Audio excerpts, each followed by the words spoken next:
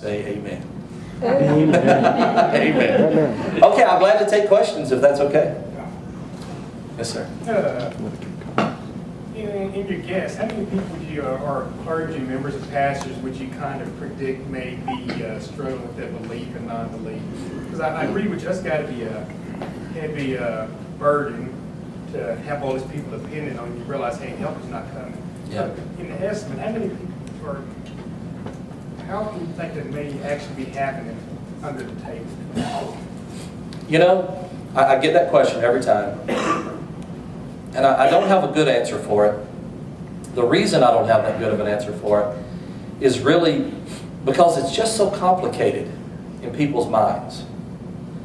I don't know how many pastors and preachers that I've dealt with that they made statements that clearly I could identify as non-believing. But the mind is so compartmentalized, you know? And it's like, and what's unfortunate, and if y'all don't mind, you just tell me whenever I'm out of time or whenever we good. What's going on right now in America, okay, is probably the most lethal version of Christianity that has ever existed. And believe it or not, it's not the Rick Perry version of Christianity. Okay? It's not the ones that you can immediately go, whoo, crazy, and walk away from. It's this prosperity gospel. It's the Joel Osteen version of Christianity that's all smiles, and God wants you to be a winner, and God's for you and not against you. And it's so watered down, and it is no longer tied to or anchored to any type of doctrine out of the Scriptures, out of the Bible. It's all up here, and it conforms to every single customer individually. Every single believer holds within their mind their own individual religion. And it's so watered down, and the messages are so watered down, that they can come and sit in a group in an auditorium and all enjoy the service and enjoy the message. But if you could somehow see into their minds, they're all believing something totally different. They're all coming at it from total different directions. It's completely personalized. And so what I'm seeing happen, and what I saw happen over the course of 25 years, was that if you were real big into the healing ministry and you weren't seeing healings, then you could go a couple of different directions. One of which I think typifies a person no longer believing in the supernatural. One direction, which is obviously the saddest direction, is that they just put guilt on the person who's not healed or whatever, and they just keep going along doing their thing. But the other way that you deal with it is you move away from that. And you kind of make all of that secondary. And that's not really what's important anymore. And now healing is not about getting over cancer, but healing is about being happy or being content, or, you know. And so it just gets watered down and watered down. I take that as a sign that they are losing faith in their original form of doctrine. But there's so many ways they can go, yes, sir. You've already touched on a couple of them, but you've been on the other side strongly. Yes. What would be your best 2 or 3 things that you would say to nicely try to move someone if you wanted to try to help them to the other side? Yeah. The first thing, only because it was the first thing with me, the first thing I try to have a conversation with someone about really is eternal punishment. And there's a lot of reasons for that. One is, you would be surprised how many people, I'm trying to think of some of the leaders in different forms of psychology and sociology that are pretty well proving the point that the world's actually getting better. You know, the whole thing is being elevated. People are more civilized now than they've ever been. Pinker, there you go. Right. And so I think we would be surprised how many people really don't believe in hell. And definitely don't believe in the version of hell that their church teaches. And so when you can start that conversation with them, they may suddenly realize that they are disconnected from what they think is their doctrine and is their core. Because they'd be like, well, I don't really believe that. I don't know if a person has to do this, or if a person has to accept Christ as their Savior. Just think of how nuts everybody went when Joel Osteen just would not be nailed down by Larry King on some of these interviews about who does and does not go to hell. Well, that's because Joel Osteen, I think, is like a whole lot of other people, that he doesn't think everybody goes to hell. So I would do that first because it's very important. The other reason that I would start with hell is because in RR, I've coined a phrase, heal the sick. That makes sense?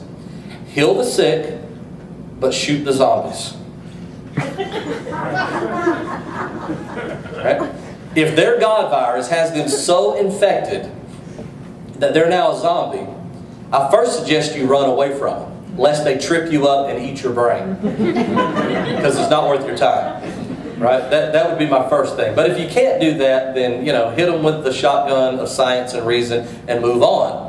And the way that you can tell, a quick way that you can tell whether somebody is just sick, that their religious virus has them at the level of a flu and they would like to try to get over it, or whether they're a zombie, is this hell issue. Because if they can somehow rationalize that the majority of humanity, now you got to think about it a minute, that the majority of humanity is truly going to burn,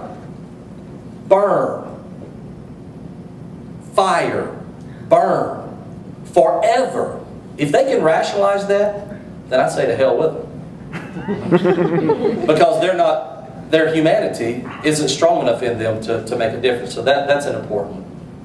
I also think that there's a lot of social justice issues that the church world may take one stand on, but that the average person may feel a little different about. That's a good place to break things down. Another really wonderful weak spot is the creation of the Bible. How we got the Bible.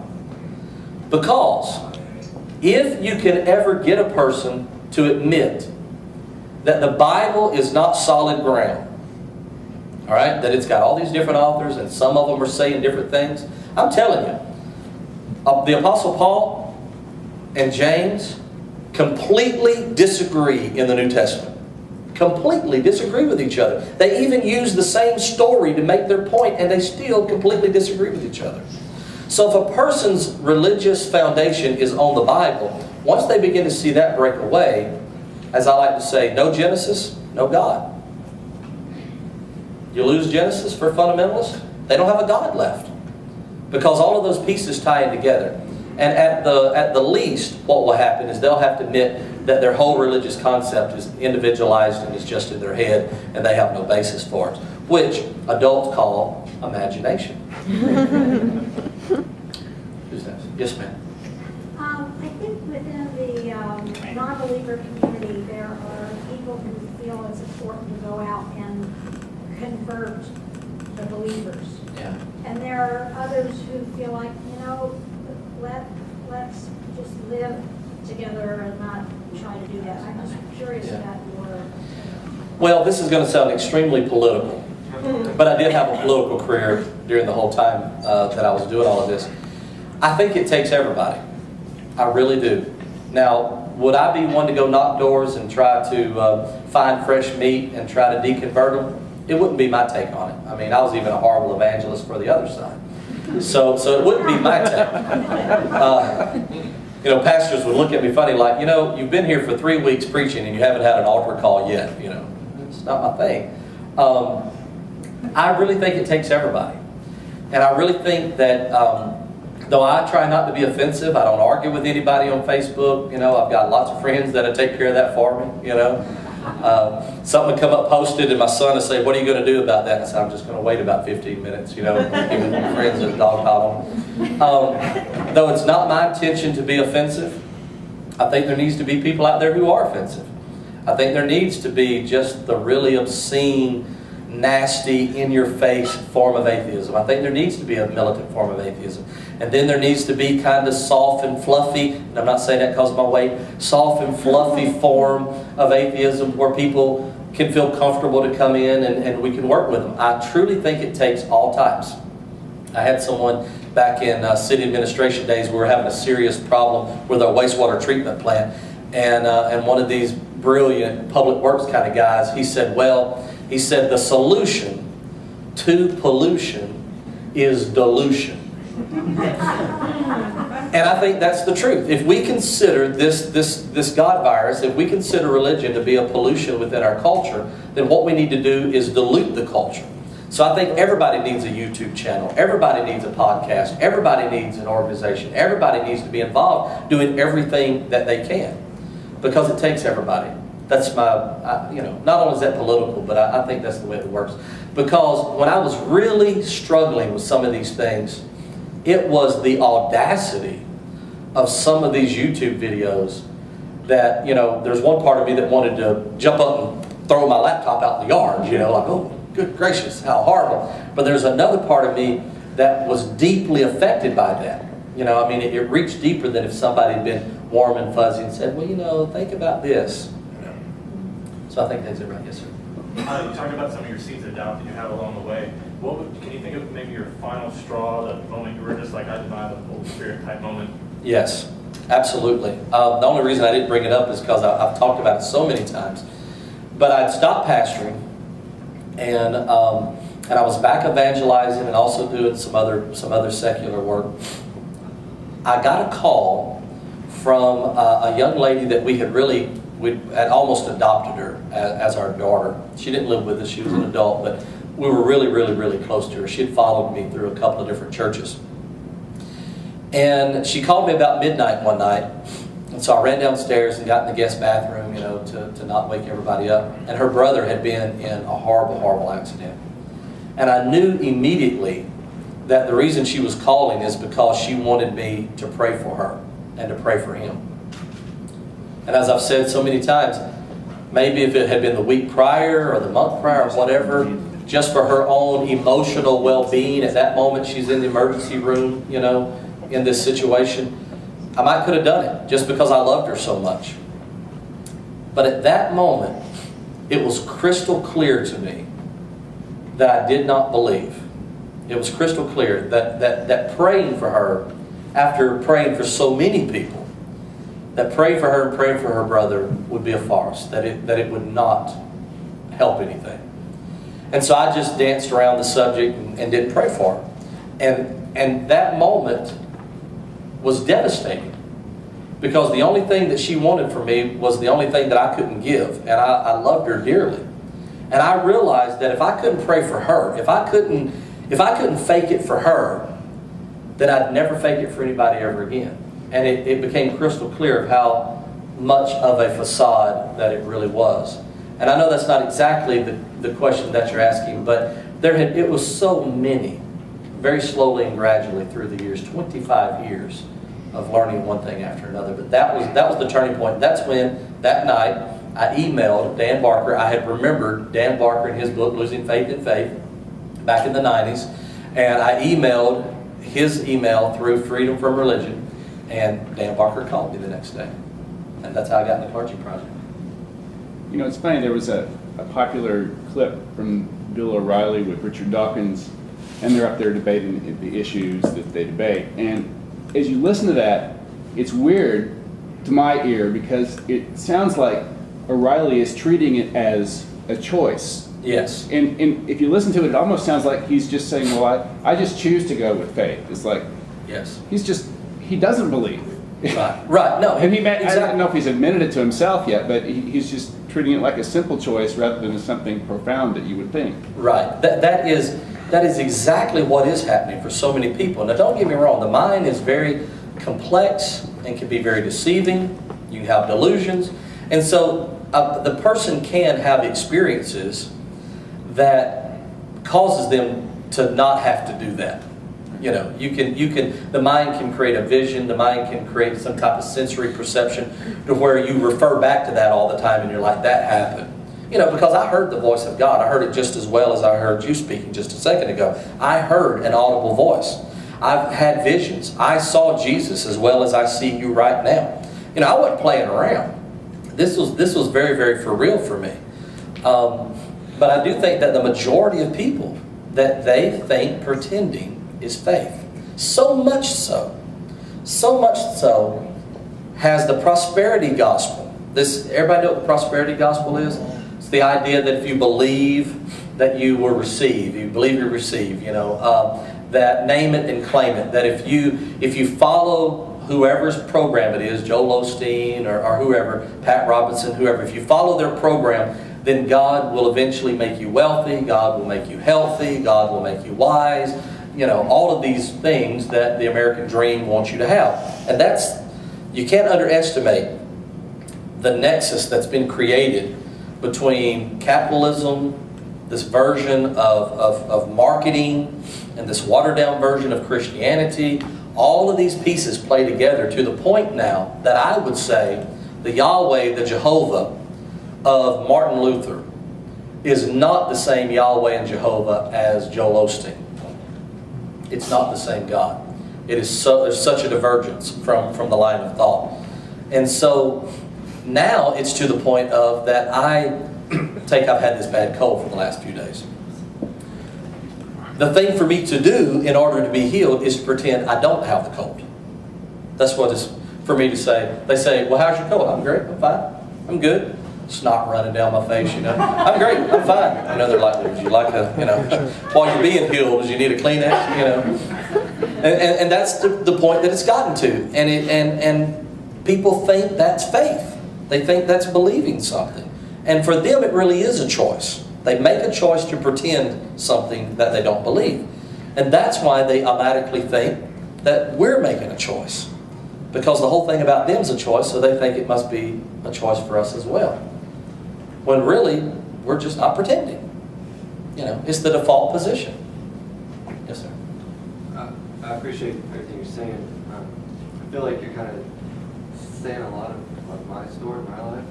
And it's weird because I'm having this draw of sitting and hearing somebody ministers, and a lot of the things that you're saying, and your mannerisms and the ways of speech, Yes. are very much the same. And I feel 25 years. I feel like we have a conversation about non-belief using the same terms and phrases that we use Yes. for belief.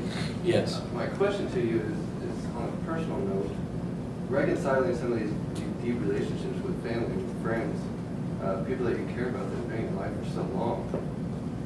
I feel like I have some of those that I'm on the fringe of possibly losing. Right. And it breaks my heart Sure. to think that these people are, for lack of a better term, sheltered to not accept me as an individual simply because I no longer believe. Right. Can you talk about maybe how you have reconciled some of that? Yeah, I actually can.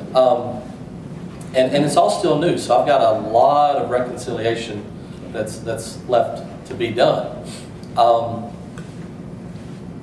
The first thing that I had to do was I had to admit to myself that if a person rejects me or ends our relationship because of me no longer believing, then what they were really in relationship with was that identity. That's not me. You know, I mean, that's a big part of it. It doesn't make it any easier. It still hurts. And I mean, that has its own sense of pain, to realize they didn't really love me for me. They loved me for the me they thought that I could be, you know, or that I was. And so that's important. The other thing that I'm doing is I'm just trying to be good. I'm just trying to be good. I'm trying to stay the same good old Jerry DeWitt that I always was, and give them time to see that nothing about me has changed, other than being open about what's going on in my head. I mean, that's the only thing that's different, is that what was in private in my head is now on YouTube. That's the only thing that's different. You know, that's it. No pressure. Nothing else about me's changed. I haven't, you know, started killing children. You know, I'm not eating raw chicken. I mean, you know, nothing has changed. But the That's what temptation y'all is laugh about? constantly tempted on the chicken. Yes, that's right. The chicken is a hard one to get over. And so what I'm finding myself doing is being able to be more open with them. You know? Now, here's what I would suggest. And this is just a suggestion. And it's a very uneducated suggestion, because all this is new to me. I think there's two levels going on here. We've got, as the larger non-believing movement, we've got this come out wherever you are, where we want everybody in the world who doesn't believe to say so. And there's a lot of good positive reasons for that to happen. The number one thing is that in the United States we need to be seen as a voting bloc. They need to know that we're out there. And that's obviously very important. If I knew y'all clapped, I would have started with that. But the other side of this is that's a very general, large statement. lives are very complex. And I don't think any one person's experience can become the template for someone else's experience. Sometimes it may be, sometimes it may not be. For me, I knew that I wanted a public life. I knew I wanted to go help people like myself, which I get to do. I mean, I get to help people who are in the clergy project. I get to help people that's in the same situation as I'm in. And even these, meetings like this, they end up out on the internet, and it helps. It's another place for somebody to get help like me. I knew I wanted to be public. Not everybody's going to be as public as me, so they may not have to make as public of a splash as I do. What I really wish that could happen is that people could just not believe, live a normal life, and then as people find out that that person doesn't believe, they're like, wow, I thought he was a Christian. I thought that person, wasn't a baby killer. I guess I was wrong, that's what I wish that could work. What the balance between those two things, between the idea of the global come out, and everybody's individual, they'll do it in their own space, where that meets in the middle is the conscience. Because whether you want to be public or not, so many people that I've talked to have simply said, I don't feel like I'm being honest, I don't feel like I'm being myself, and so this person needs to know, that person needs to know, and so it really comes down to conscience. Now, what I can tell you about conscience is that you'll know when the time is right, because you absolutely cannot avoid it at that moment. One of my friends was one of the first in my circle to get contacts. Once again, telling you how old I am. And I said, well, how did you know? Because I was wearing glasses at the time. I said, well, how did you know when it was time to get contacts? And he said, when you're so sick of your glasses that you're willing to stick your finger in your eye. It's time for contacts. And when you're so sick of hiding, or so sick of having some form of duplicity, the conscience will just, it seems to me that it just makes it happen. And then the reconciliation is really literally one relationship at a time, And I just try to be as loving to them. I try not to get defensive. I try not to argue, I refuse. I just don't argue. I don't debate. I let them have their say, and I just absorb it, and then I just move on, And amazingly, once they kind of vent and get it out there, and they deal with it for themselves, because they're having to deal with this. They're having to deal with this change in your life. Then it's kind of like it's not as big of a deal as it was. On the way here, I'd gotten a call earlier from a friend of mine that helped me pastor a church once. He's now a funeral director. And somebody came in and they wanted me to preach the funeral. Well, my first conversation with him was very awkward. Fortunately, right off the bat, he was like, I still love you. I don't understand quite where you're at, but I still love you. But then this neat thing happened, and this has happened dozens of times now. All of a sudden, I become the safest person in their world. Because there's finally a person who's worse off than them. I mean, it's kind of like going up to the hobo, the homeless guy sitting on the corner and saying, I didn't pay my mortgage this month. Just wanted somebody to know. I mean, that's kind of what it's like. It's like, what's it going to hurt to tell this person? And so many of them are now calling me up. They're like, I've always had a little problem with such and such. This thing in the Bible is a little confusing. So I've become a safe place. And I know that doesn't answer your question directly, but it's so individualized for every situation. If it cannot be reconciled, if you do everything that you possibly can, and it can't be reconciled, then the relationship was never with you. It was with an identity. Do you think that the watered down, you're a winner, easy, happy, individualized version of Christianity, do you think that is serving to ease the pressure on people's conscience, to make it easier to make that choice to believe, pretend, Yes. and go about your life, and it's as such keeping people Most from definitely. coming out? I mean, if your conscience isn't offended by pretending, then this is the greatest time in human history to be a Christian. All you have to do is look back at the Bible and you see there was a time when being a Christian would get you killed.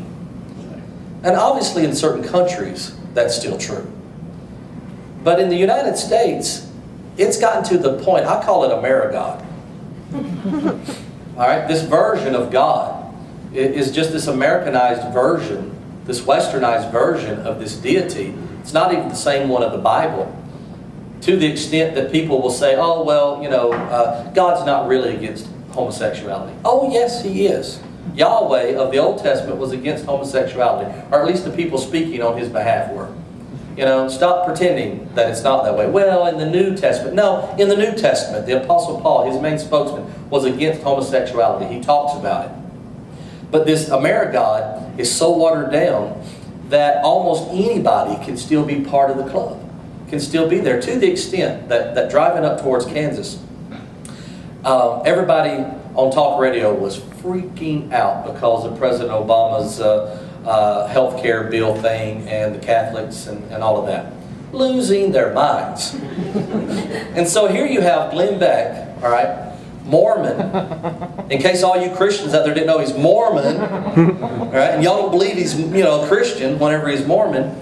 All right, you know, I've got relatives that were just big, and I'm like, you know, he's a Mormon. No, he's not. Yeah, he is. Magic underwear and everything. Just like Romney. You know? I mean, here's a very important question. Why should we waste our tax dollars on Secret Service for Romney? He's got magic underwear. Right? And if God is the God of the universe and in control of these things, I mean, God's so involved that He's going to determine who's president or not. If a bullet pierces the magic underwear, it must have been the will of God, so why are we fighting it? You know, these ideas are insane. It's absolutely insane. So here you've got Glenn Beck, and he is defending the Catholics. And a true blue Catholic is not going to believe that a Mormon is right. And a true blue Mormon isn't going to believe anybody else is right.